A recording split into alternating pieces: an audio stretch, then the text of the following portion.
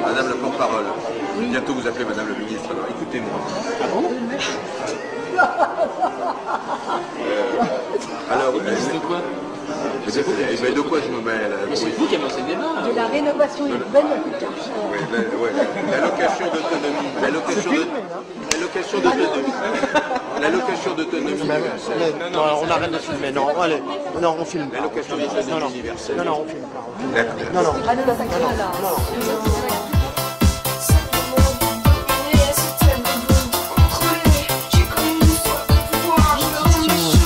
Demande à être plus adaptée, peut-être rédigée de manière plus claire. Donc pourquoi pas, c'est un code qui finalement qui sera un code des bonnes pratiques pour effectivement avoir la laïcité, le principe fondateur de notre République qui soit respecté dans la meilleure mesure possible. Et de plus en plus, ce fonds d'investissement étranger, dont le seul objectif, la rentabilité financière, a été excessif. Quand on voit certains qui demandent des rentabilités à 20-25% avec une inflation quasi nulle, et en particulier en période de crise, ça veut dire qu'on casse des entreprises. Mais Rachida Dati aura-t-elle la patience de se plier au fonctionnement austère et complexe du Parlement européen? Il est 16h. Elle va profiter de sa première mini-pause après avoir enchaîné plusieurs débats techniques. Et quand elle découvre le reste de son planning, elle ne semble pas enchantée. Débat Edgefond, là, c'est ça? Non, c'est à 16h. Là, il y a les perspectives pour la 7e législature de la commission ECTA.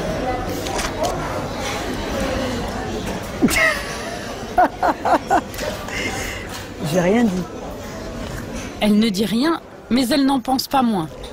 D'ailleurs, au téléphone avec une amie en oubliant notre micro, elle préfère en rire. Là, tu sais où je suis? Je suis à ma place, et je ne sais pas si tu entends derrière, je suis dans l'hémicycle du Parlement de Strasbourg, là. J'en peux plus. Je n'en peux plus.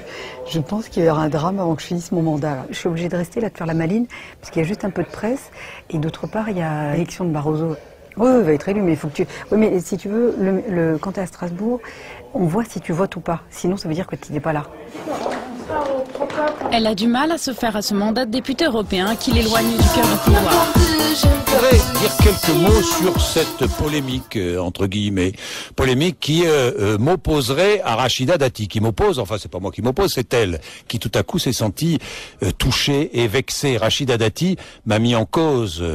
peu importe qu'elle me mette en cause, je m'en moque. Mais surtout, elle a traité RMC de radio caniveau, vous assimilant à des auditeurs de caniveau. Et là, je ne peux pas laisser passer, parce que c'est insultant et méprisant pour vous. À trop vouloir se défendre, parfois, on se confond.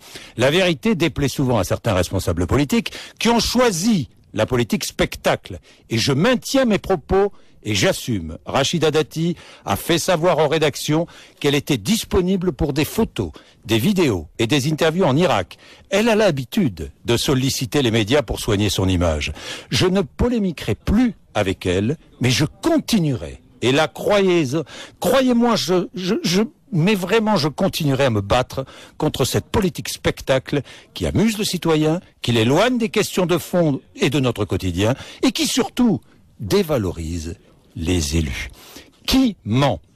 Eh bien, allez entre autres sur le site internet de Gala.fr. Vous savez Gala, vous connaissez Gala.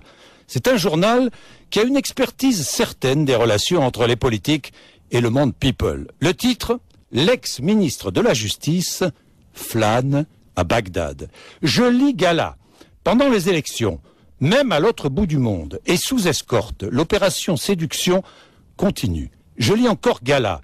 L'ex-garde des Sceaux ne s'est pas privé de médiatiser son déplacement en Irak.